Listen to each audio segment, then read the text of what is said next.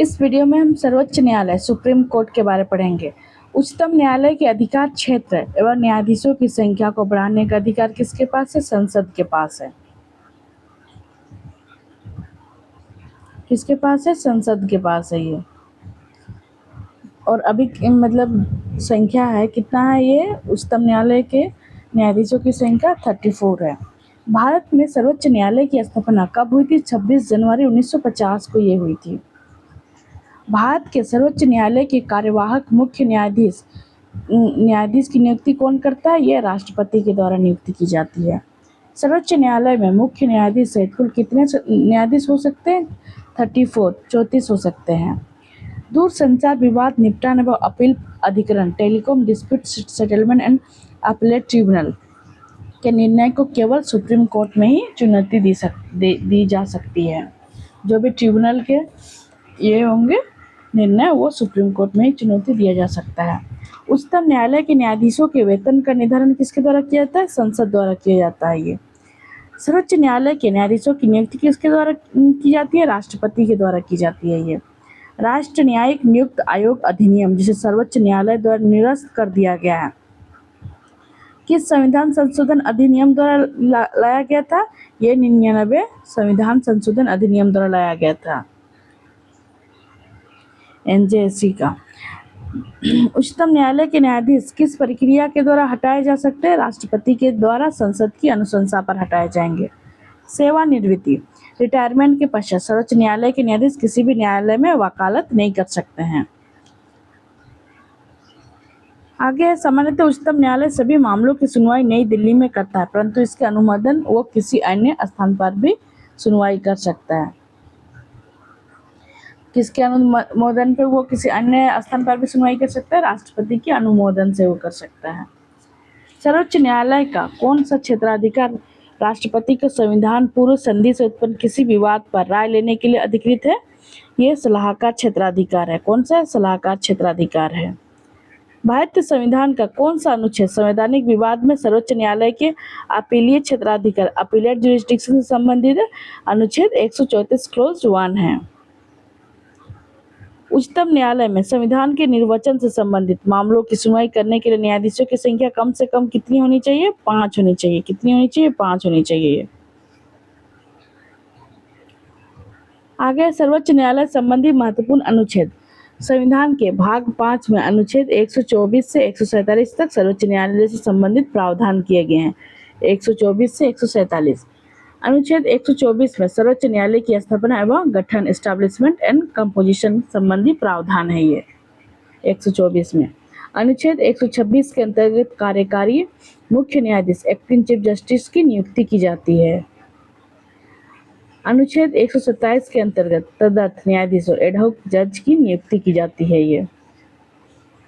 अनुच्छेद 128 के अंतर्गत सेवानिवृत्त न्यायाधीशों को भी सर्वोच्च न्यायालय की बैठकों में उपस्थित होने के लिए बुलाया जा सकता है ये।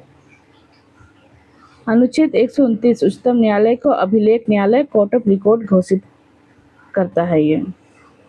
अनुच्छेद 130 उच्चतम न्यायालय का स्थान सीट ऑफ सुप्रीम कोर्ट निर्धारित करने की मुख्य न्यायाधीश की शक्ति है इसमें।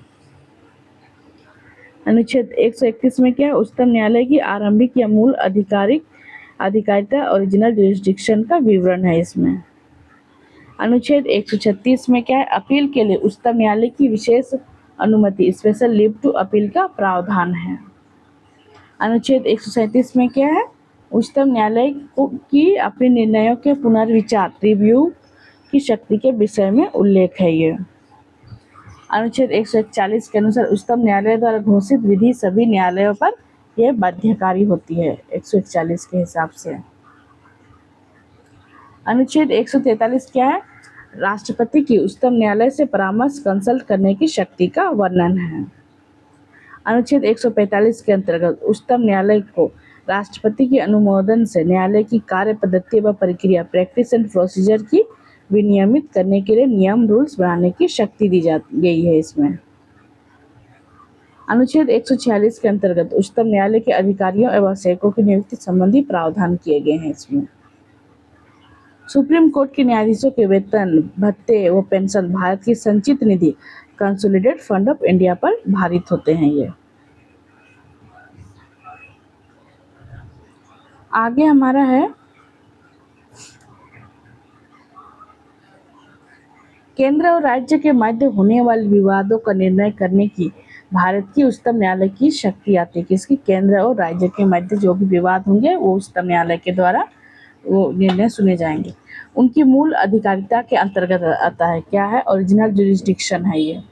उच्चतम न्यायालय ने संविधान के मूल ढांचे का सिद्धांत किस वाद में प्रतिपादित किया था? केशवानंद भारती बनाम केरल राज्य वर्ष 1973 में किया गया है। केवल सर्वोच्च न्यायालय में तदर्थ न्यायाधीशों की नियुक्ति अपॉइंटमेंट ऑफ एडहॉक जज का प्रावधान है। बस सर्वोच्च न्यायालय में क्या है? अपॉइंटमेंट किया जा सकता है एडहॉक जज का। संविधान की कौन सा अनुच्छेद उच्चतम न्यायालय को उसके द्वारा दिए गए निर्णय अथवा आदेश की पुनर्लोकन रिव्यू हेतु अधिकृत करता है? अनुच्छेद 137 है ये। भारत में संविधान की मूल संरचना बुनियादी ढांचा के सिद्धांत का स्रोत क्या? न्यायिक समीक्षा है ये। संविधान की व्याख्या करने का अंतिम अधिकार किसे है? सर्वोच्च न्यायालय को है ये। किसे है? सर्वोच्च न्यायालय को है। उच्च न्यायालय और उच्चतम न्यायालय की अधिकारिता के अंतर्गत कौन से मामले आते हैं? मूल अधिकारों का प्रवर्तन। जितने भी मूल अधिकार है ना, ये फंडामेंटल राइट के ये सारे प्रवर्तन इसके अधीन आते हैं। भारतीय संविधान के संरक्षक कस्टोडियन कौन है? ये सर्वोच्च न्यायालय है। न्यायाधीशों को प्राप्त उन्नतियां अनुच्छेद 121 क्या बोलता है? उच्चतम न्यायालय तथा उच्च न्यायालय के न्यायाधीशों को के आचरण के संबंध में संसद में चर्चा पर प्रतिबंध लगाता है। क्या है कि आप कुछ भी न्यायाधीशों का आचरण चाहे जो भी वो अपना ये करते हैं निर्णय देते हैं, वो कहाँ? संसद में चर्चा पर प्रतिबंध लगाता है। इसके अनुसार उच्चतम न्यायालय तथा उच्च न्यायालय की किसी न्यायाधीश द्वारा अपने कर्तव्य निर्वहन के लिए किसी आचरण के विषय में संसद में कोई चर्चा नहीं होगी। कोई भी ऐसा आचरण करते हैं वो चर्चा नहीं होगा। किंतु जब ऐसे न्यायाधीश को हटाने का प्रस्ताव संसद में विचार चल रहा तो उससे संबंध आचरण संबंध में संसद की चर्चा की जा सकेगी। और यदि उसको बस हटाने के टाइम बस उसको उसके बारे वो आचरण पर संसद में चर्चा की जाएगी। न्यायालय की अवमानना। देखो, भारतीय संविधान के अनुच्छेद 129 में सर्वोच्च न्यायालय तथा अनुच्छेद 215 में उच्च न्यायालय की अवमानना कंटेम्प्ट के संबंध में शक्तियों का प्रावधान किया गया है। ये न्यायाधीशों पर प्रतिबंध रेस्ट्रिक्शन ऑन जजेज। कोई व्यक्ति जो उच्चतम न्यायालय का न्यायाधीश रह चुका है भारत में किसी न्यायालय या प्राधिकारी के समक्ष वकालत प्लीड और एक्ट नहीं कर सकता है। क्या बोल रहा है? कोई व्यक्ति जो उच्चतम न्यायालय का न्यायाधीश रह चुका है वो भारत में किसी न्यायालय या प्राधिकारी के समक्ष वकालत या कार्य नहीं कर सकता। अनुच्छेद 124 क्लॉज 7 में है ये। भारत के प्रथम दलित मुख्य न्यायाधीश कौन थे? न्यायमूर्ति के.जी. बालकृष्णन जी थे। संविधान की व्याख्या से संबंधित सभी विवादों सर्वोच्च न्यायालय के समक्ष किस अधिकारिता के अंतर्गत आते हैं? ये प्रारंभिक क्षेत्राधिकार के अंतर्गत आते हैं। कानूनी मामलों पर उच्चतम न्यायालय से किसे परामर्श लेने की अधिकार है? राष्ट्रपति को। अनुच्छेद 143 के अंतर्गत। मूल अधिकार व्यक्ति को जैसे उसे सबसे अच्छा लगे उस तरह अपनी जिंदगी की रूपरेखा तैयार करने के लिए सक्षम बनाते हैं। यह धारणा गोलकनाथ बनाम स्टेट ऑफ पंजाब में उच्चतम न्यायालय ने व्यक्त की थी। भारतीय संविधान के किस अनुच्छेद के अंतर्गत सर्वोच्च न्यायालय भारतीय नागरिकों के मौलिक अधिकारों की सुरक्षा करता है? अनुच्छेद 32 करता है। यह सर्वोच्च न्यायालय की अपीलीय क्षेत्राधिकार अपीलेट जुरिस्डिक्शन को 4 भागों में बांटा गया है। क्या है? संवैधानिक विषयों से जुड़ी अपीलें अनुच्छेद 132 में है। सिविल विषय से जुड़ी अपीलें अनुच्छेद 133 में है। ये आपराधिक विषय से जुड़ी अपीलें 134 अनुच्छेद में है और विशेष अनुमति से की जाने वाली अपीलें अनुच्छेद 136 में है। सर्वोच्च न्यायालय के न्यायाधीश नियुक्त होने के लिए किसी व्यक्ति से कम कितने वर्ष तक उच्च न्यायालय में वकालत करनी चाहिए? 10 वर्ष तक करनी चाहिए वकालत, तभी वो ये न्यायाधीश नियुक्त हो सकते सर्वोच्च न्यायालय में। न्यायिक पुनरावलोकन जुडिशियल रिव्यू का अर्थ यह है कि सर्वोच्च न्यायालय राज्य के ऐसे कानून जो संविधान के विपरीत हो उसे क्या करेगा? असंवैधानिक घोषित कर सकता है। जुडिशियल रिव्यू किया जाता है कोई भी कानून, चाहे वो राज्य सरकार चाहे केंद्र सरकार बनाती है, तो क्या है उसमें वो अपना जुडिशियल रिव्यू कर सकता है। भारत के न्यायालयों में से किन्हें अभिलेख न्यायालय माना जाता है? उच्च न्यायालय एवं उच्चतम न्यायालय को माना जाता है अभिलेख न्यायालय। लोकहितवाद पीआईएल की संकल्पना का उद्गम किस देश से हुआ है? ये संयुक्त राज्य अमेरिका से हुआ है पीआईएल। सर्वोच्च न्यायालय का कौन सा क्षेत्राधिकार राष्ट्रपति को संविधान सभा संधि से उत्पन्न किसी विवाद पर राय लेने के लिए अधिकृत करता है? ये सलाहकार क्षेत्राधिकार है। भारत का सर्वोच्च न्यायालय एक अभिलेख न्यायालय, कोर्ट ऑफ रिकॉर्ड है, ठीक है। इसके सभी निर्णयों को साक्ष्यात्मक मूल्य होता है और इस पर किसी भी न्यायालय में प्रश्न चिन्ह नहीं लगाया जा सकता है। मूल अधिकारों के उल्लंघन के विरुद्ध उच्चतम न्यायालय में अनुच्छेद 32 तथा उच्च न्यायालय में 226 के तहत रिट जारी की जाती है। देखो, उच्चतम न्यायालय के लिए कितना है, 32 है, और उच्च न्यायालय के लिए अनुच्छेद 226 के अकॉर्डिंग वो रिट जारी कर सकते हैं।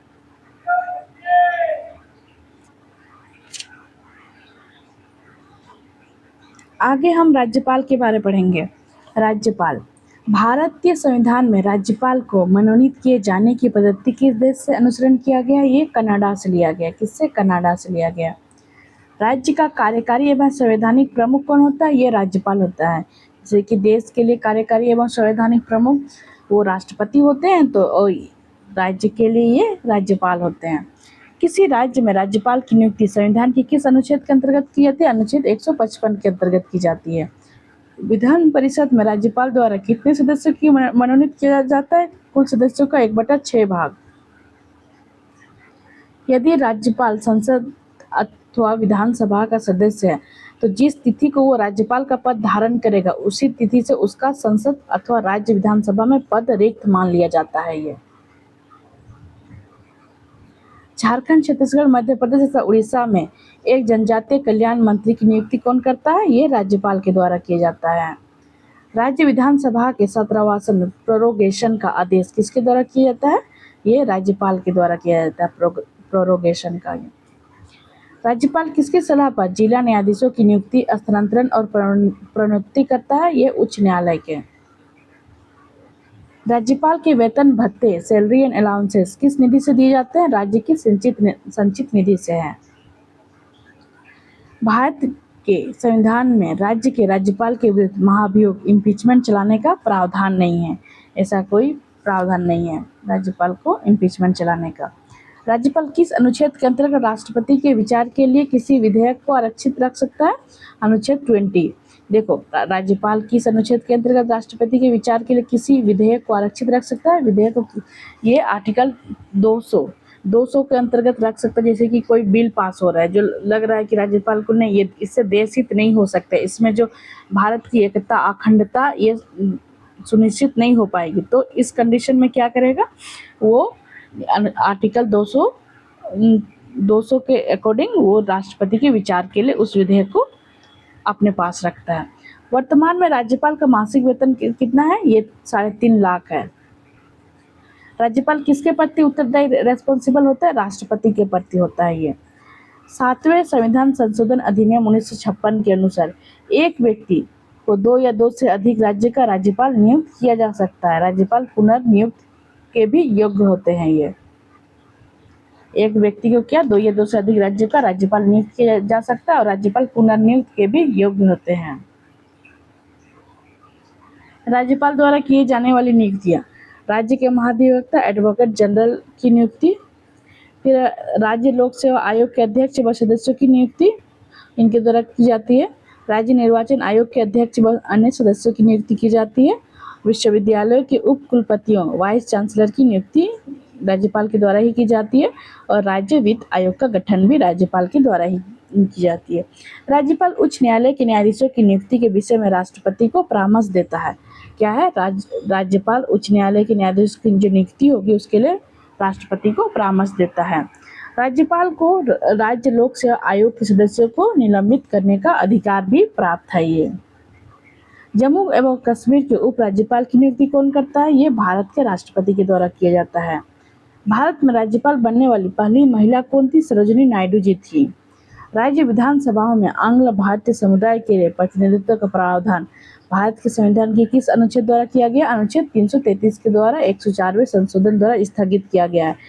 ये देखो, अनुच्छेद 333 के द्वारा किया गया था लेकिन अब उसको खत्म कर दिया गया 104 संविधान संशोधन के द्वारा।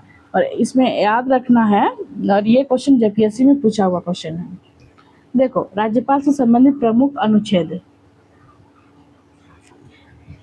इसमें भी एक ट्रिक है, ठीक है। राज्यपाल से संबंधित प्रमुख अनुच्छेद में इसमें भी ट्रिक है। देखो, पहले तो हम इसको पढ़ेंगे अनुच्छेद को, उसके बाद ट्रिक को देखेंगे।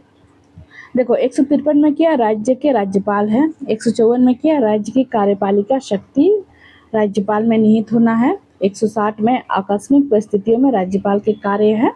161 में क्षमादान, कुछ मामलों में दंडादेश का निलंबन, परिहार या लघुकरण की राज्यपाल की शक्ति है। 163 में क्या है, मंत्रिपरिषद द्वारा राज्यपाल को सलाह एवं सहयोग देना है। फिर 200 में है, राज्य विधानसभा द्वारा पारित विधेयक पर राज्यपाल की अनुमति राष्ट्रपति के विचारार्थ आरक्षित करना है, कि ये राष्ट्रपति के विचार के लिए आरक्षित करना है। 201 में क्या, विचार के लिए आरक्षित विधेयक पर राष्ट्रपति की कार्यवाही है। फिर 213 में राज्यपाल की अध्यादेश जारी करने की शक्ति है। और 233 है, राज्यपाल द्वारा जिला न्यायाधीशों की नियुक्ति। सरोजिनी नायडू ने राज्यपाल को सोने के पिंजरे में निवास करने वाली चिड़िया की संज्ञा दी थी। देखो, यहाँ हमारा फर्स्ट है राज्य के राज्यपाल। 153 में राज्यपाल यानी कि र से क्या हुआ, हमारा र से क्या हुआ, राज्य के राज्यपाल के बारे हो रहा है, ठीक है। क से क्या हुआ, राज्य की कार्यपालिका शक्ति का राज्यपाल में निहित होना, राज्य की जो कार्यपालिका शक्ति है। फिर ये यहाँ पे तो दिया नहीं है, लेकिन इसके आगे का जो है वो क्या है, 153-54 हो गया। 155 में क्या है, नियुक्ति के बारे है, ये क्या है, नियुक्ति के बारे है। उसके बाद हमारा आगे है 156, ये 156 भी यहाँ नहीं दिया हुआ। 156 में क्या है, ये कार्यकाल के बारे, ये क्या इंगित करता है, कार्यकाल के बारे इंगित करता है। 156 कार्यकाल के बारे इंगित करता है। फिर है आगे हमारा ये क्या इंगित करता है, योग्यता के बारे करता है, ठीक है, ये योग्यता। 157।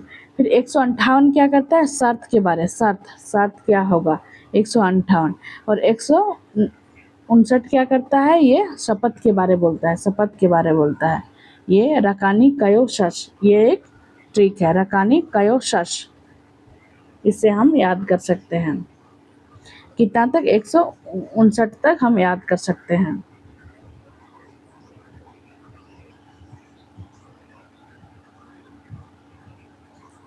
अब आगे हम राज्य विधानमंडल स्टेट लेजिस्लेचर के बारे में पढ़ेंगे। भारत के राज्य विधानमंडल स्टेट लेजिस्लेटिव का उच्च सदन काउंसिल ऑफ स्टेट कौन सा है, विधान परिषद है। और विधान परिषद कुछ ही स्टेट में है, पूरे ये में नहीं है। राज्य के वित्तीय लेखों पर कौन नियंत्रित रखता है, नियंत्रण, ये नियंत्रक एवं महालेखा परीक्षक के द्वारा रखा जाता है। राज्य में उच्च सदन विधान परिषद की स्थापना या समाप्ति संबंधित राज्य की विधानसभा द्वारा पूर्ण बहुमत से पारित प्रस्ताव और संसद द्वारा साधारण बहुमत से पारित प्रस्ताव के द्वारा की जाती है। क्या बोल रहा है, राज्य में उच्च सदन विधान परिषद की स्थापना या समाप्ति संबंधित राज्य की विधानसभा द्वारा पूर्ण बहुमत से पारित प्रस्ताव और संसद द्वारा साधारण बहुमत से पारित प्रस्ताव के द्वारा की जाती है। विधान परिषद लेजिस्लेटिव काउंसिल किसी साधारण विधेयक को अधिकतम कितने समय तक रोक सकती है, सिर्फ 4 माह तक रोक सकती है। और राज्य मंत्रिपरिषद से संबंधित महत्वपूर्ण अनुच्छेद कौन कौन से हैं। देखो, 163 में राज्यपाल को सलाह व सहायता के लिए मंत्रिपरिषद का गठन का प्रावधान है। 163 में 164 में क्या है, राज्य के मंत्रिमंडल का सामूहिक उत्तरदायित्व विधानसभा के प्रति है। ये 166 में राज्य सरकार के कार्य का संचालन है। 168 में राज्यपाल को सूचना प्रदान करने की मुख्यमंत्री का कर्तव्य है। ये 163, 164, 166 और 167। आगे हमारा भारतीय संविधान की किस अनुच्छेद के अंतर्गत विधानसभा को विधान परिषद का सृजन एवं उसे समाप्त करने का अधिकार है, अनुच्छेद 169 है। राज्य की विधानसभाओं में सदस्य की संख्या किस अनुच्छेद में निर्धारित की गई है, अनुच्छेद 170 है। इसमें राज्य विधानसभा के निर्वाचन का संचालन कौन करता है, भारत का निर्वाचन आयोग करता है। ये राज्य विधान परिषद को भंग नहीं किया जा सकता, परंतु इसे समाप्त किया जा सकता है। ये भंग नहीं होगी, लेकिन इसे समाप्त किया जा सकता है। भारत में किस राज्य में समान नागरिक संहिता यूनिफॉर्म सिविल कोड लागू है, गोवा में। इसमें है, गोवा में है। अभी उत्तराखंड पहला बना है जो स्वतंत्र भारत में पहली बार वो यूनिफॉर्म सिविल कोड लागू किया है। पहले ये स्वतंत्रता से पहले ही गोवा में यूनिफॉर्म सिविल कोड लागू था। उत्तराखंड वर्ष 2024 में स्वतंत्र भारत में समान नागरिक संहिता यूसीसी लागू करने वाला पहला राज्य बन गया है। क्या बना है? पहला राज्य बन गया है। राज्य का विधानसभा अध्यक्ष स्पीकर अपना त्यागपत्र किसे सौंपता है? उपाध्यक्ष को। ये लोग अपना अदला बदली करते हैं, ठीक है। आगे हमारा है विधानसभा के सदस्यों की निर्हरताएं डिस्क्वालिफिकेशन से संबंधित प्रश्नों पर अंतिम निर्णय किसके द्वारा लिया जाता है? यह राज्यपाल द्वारा लिया जाता है। विधानसभा के सदस्य निर्वाचित होने के लिए न्यूनतम आयु कितनी होनी चाहिए? 25 वर्ष की होनी चाहिए। कितनी? 25 वर्ष की होनी चाहिए। आगे हमारा है विधानसभा के विघटन रिजोल्यूशन के पश्चात उसका अध्यक्ष अधिकतम 6 माह समय तक अपने पद पर बना रह सकता है। ये बिना विधानसभा के सदस्य निर्वर्ती हुए कोई मंत्री कितने समय तक पद पर बना रह सकता है? 6 माह तक बना रह सकता है। भारतीय संविधान के किस अनुच्छेद के अंतर्गत विधानसभा को विधान परिषद का सृजन करने का प्रस्ताव करने की इजाजत है? ये 169 से है। किससे? 169 से है। प्रथम महिला मुख्यमंत्री भारत के किस राज्य में बनी थी? उत्तर प्रदेश में ये मुख्यमंत्री बनी थी सुचिता कृपलानी। भारत के किसी राज्य उत्तर प्रदेश की पहली महिला मुख्यमंत्री सुचिता कृपलानी थी। विधानसभा में सदस्यों की संख्या देखो, आंध्र प्रदेश 175 है, असम का 126, छत्तीसगढ़ 90 है, गुजरात है 182, हिमाचल प्रदेश 68 है, कर्नाटक 224 है, मध्य प्रदेश 230 है, मणिपुर 60 है, मिजोरम 40 है, उड़ीसा 147 है, राजस्थान 200 है, तमिलनाडु में 234 है, त्रिपुरा में 60 है, उत्तराखंड में 70 है, अरुणाचल प्रदेश में 60 है, बिहार में 243 है, गोवा में 40 है, हरियाणा में 90 है, झारखंड में 81 है, केरल में 140 है, महाराष्ट्र में 288 है, मेघालय में 60 है, नागालैंड में 60 है, पंजाब में 117 है, सिक्किम में 32 है। आगे हमारा तेलंगाना में 119 है, उत्तर प्रदेश में 403। सबसे ज़्यादा तो उत्तर प्रदेश है भाई। पश्चिम बंगाल 294। पॉपुलेशन ही इतना ज़्यादा है उत्तर प्रदेश का। केंद्र शासित प्रदेश दिल्ली में 70 है, पुदुचेरी में 30 है, जम्मू कश्मीर में 90 प्लस 24 पीओके के लिए रिक्त रखा गया। देखो टोटल 90 है और उसमें जो 24 है पीओके के लिए रिक्त रखा है कि फ्यूचर में कभी तो पीओके इंडिया में सम्मिलित होगा तो उनके लिए रखा गया। मुख्यमंत्री की सलाह पर राज्यपाल द्वारा मंत्रियों की नियुक्ति की जाती है तथा राज्यपाल के पश्चात पर्यंत कार्य करते हैं। देखो मुख्यमंत्री की सलाह पर राज्यपाल किसकी नियुक्ति करती है? मंत्रियों की नियुक्ति करती है और राज्यपाल के पश्चात पर्यंत कार्य करते हैं। ये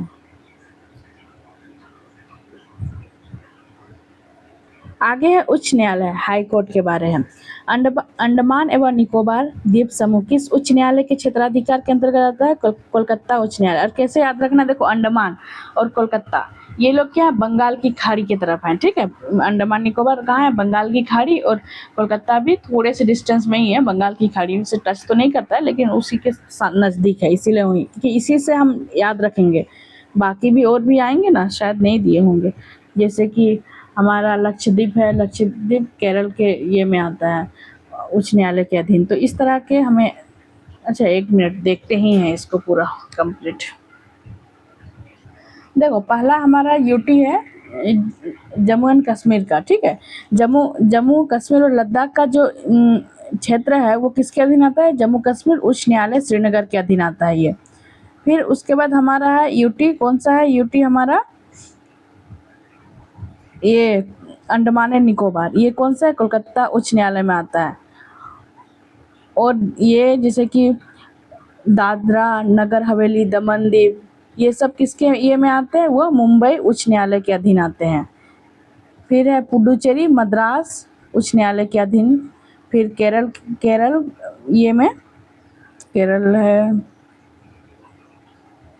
हाँ केरल है लक्षद्वीप, ठीक है। लक्षद्वीप का जो क्षेत्र ये क्षेत्र है वो किसके अधीन आता है? केरल हाई कोर्ट के अधीन आता है। उच्चतम न्यायालय के निर्णय से पूर्व किस उच्च न्यायालय का यह निर्णय दिया गया कि एक बार में 3 बार तलाक करने से तलाक होना गैर कानूनी इलीगल है? देखो उच्चतम न्यायालय के निर्णय से पूर्व किस उच्च न्यायालय ने यह निर्णय दिया था क्या दिया था, एक ही बार में 3 बार तलाक करने से तलाक होना गैर कानूनी है, इलीगल है। ये इलाहाबाद उच्च न्यायालय के द्वारा दिया गया था। न्यायाधीशों को हटाने की प्रक्रिया में 3 सदस्यीय समिति, भारत के मुख्य न्यायाधीश, सीजेआई या उच्चतम न्यायालय का कोई अन्य वरिष्ठ न्यायाधीश होते हैं। उच्च न्यायालय का मुख्य न्यायाधीश एक प्रख्यात विधिवेत्ता। देखो, न्यायाधीशों को हटाने की प्रक्रिया में 3 सदस्यीय समिति में भारत के मुख्य न्यायाधीश सीजेआई होंगे, उच्चतम न्यायालय के कोई अन्य वरिष्ठ न्यायाधीश होंगे, उच्च न्यायालय का मुख्य न्यायाधीश होगा, एक प्रख्यात विधिवेत्ता होगा। एक उच्च न्यायालय को न्यायाधीश अपना त्यागपत्र किसे संबोधित करता है, राष्ट्रपति को त्यागपत्र। उच्च न्यायालय के भी न्यायाधीश अपने त्यागपत्र राष्ट्रपति को ही देंगे। उच्च न्यायालय के न्यायाधीश की सेवानिवृत्ति की आयु क्या है, 62 वर्ष की है।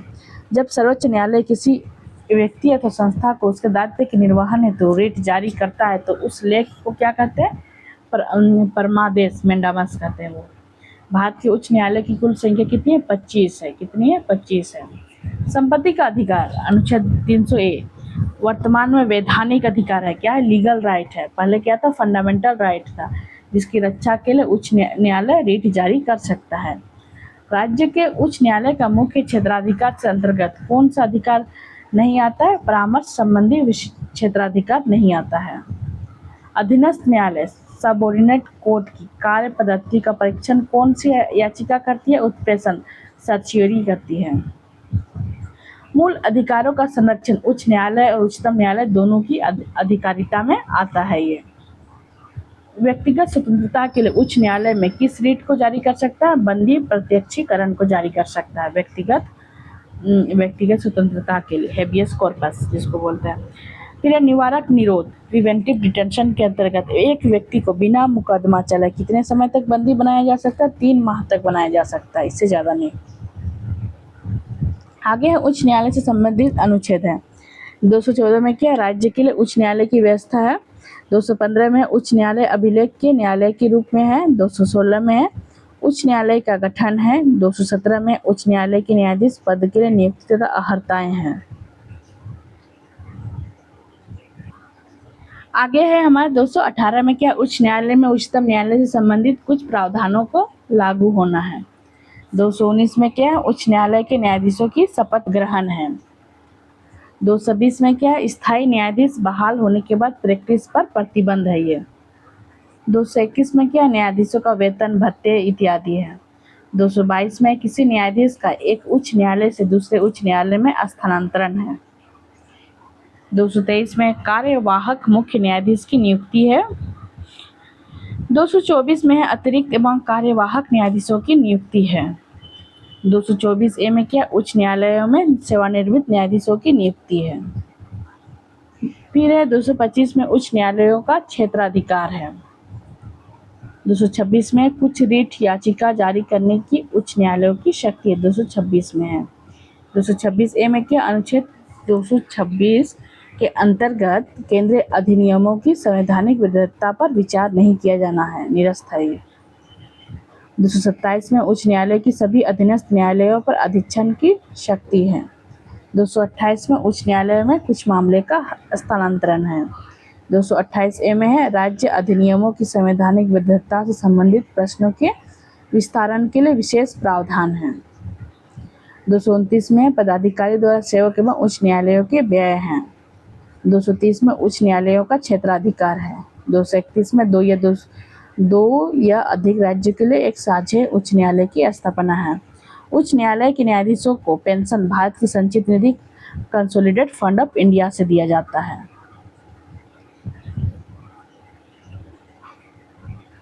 आगे हाँ, ये भी दिया हुआ है, यहाँ पे दिक्कत नहीं है।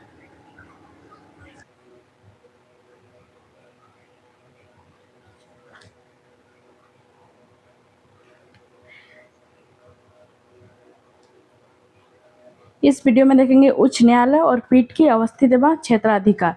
देखो, कोलकाता सबसे पहले इस्टेब्लिश, कोलकाता, बॉम्बे एंड मद्रास, ये सबसे पहले 1862 में इस्टेब्लिश होता है इनका।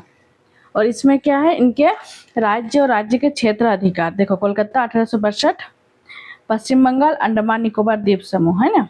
कैसे याद रखना, दोनों ही बंगाल की खाड़ी, एक तो ये अंडमान निकोबार बंगाल की खाड़ी में ही है और ये पश्चिम बंगाल टच करता है बंगाल की खाड़ी को। और मुख्य पीठ व खंडपीठ कलकत्ता पोर्ट ब्लेयर में भी खंडपीठ है। बॉम्बे मुंबई में 1862 में स्टैब्लिश होती है। महाराष्ट्र दादरा व नगर हवेली तथा दमन एंड दीव और गोवा, इतने सारे का है ये। मुंबई नागपुर पणजी और औरंगाबाद में खंडपीठ है। मद्रास 1862 है। इसमें तमिलनाडु और पुदुचेरी इनका राज्य क्षेत्राधिकार है और मद्रास इसकी मुख्य खंडपीठ है। फिर कर्नाटक 1884 में स्टैब्लिश होती है। ये कर्नाटक राज्य क्षेत्र का क्षेत्राधिकार में बेंगलुरु मुख्य पीठ है। इलाहाबाद 1866 में उत्तर प्रदेश इसकी क्षेत्राधिकार में है और प्रयागराज लखनऊ में खंडपीठ है। पटना 1916 में है। बिहार क्षेत्राधिकार और पटना इसके अंतर्गत आता है। फिर जम्मू कश्मीर एंड लद्दाख 1928 में। जम्मू कश्मीर और लद्दाख दो टेरिटरी आ रहे हैं। जम्मू कश्मीर एंड लद्दाख श्रीनगर व जम्मू मुख्य पीठ है।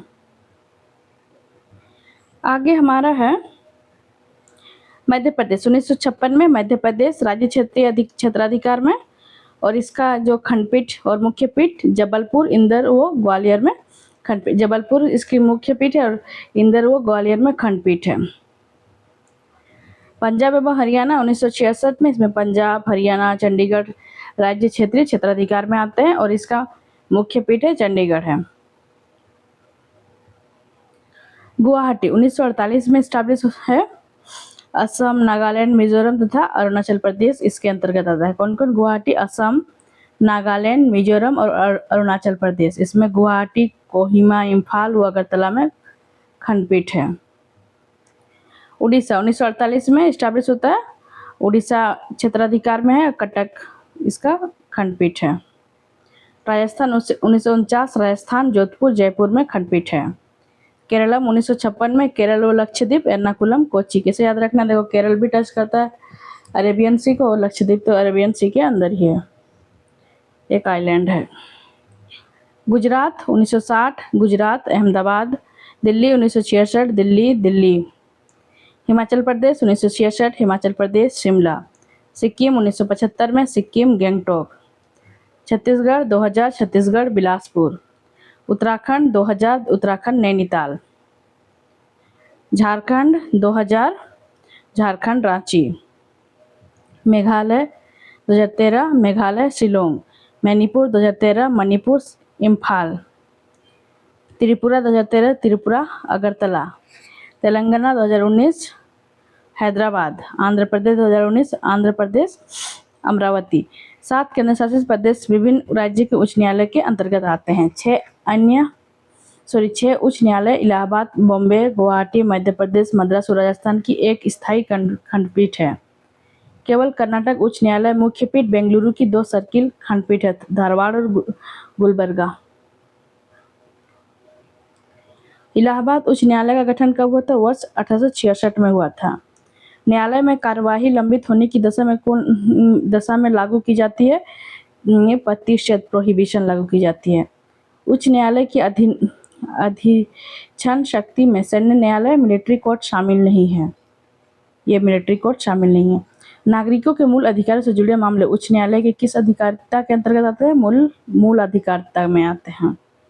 उच्च न्यायालय की प्रथम महिला न्यायाधीश अन्ना चंडी थी। उच्च न्यायालय की प्रथम महिला न्यायाधीश अन्ना चंडी थी तथा प्रथम महिला मुख्य न्यायाधीश लीला सेठ थी।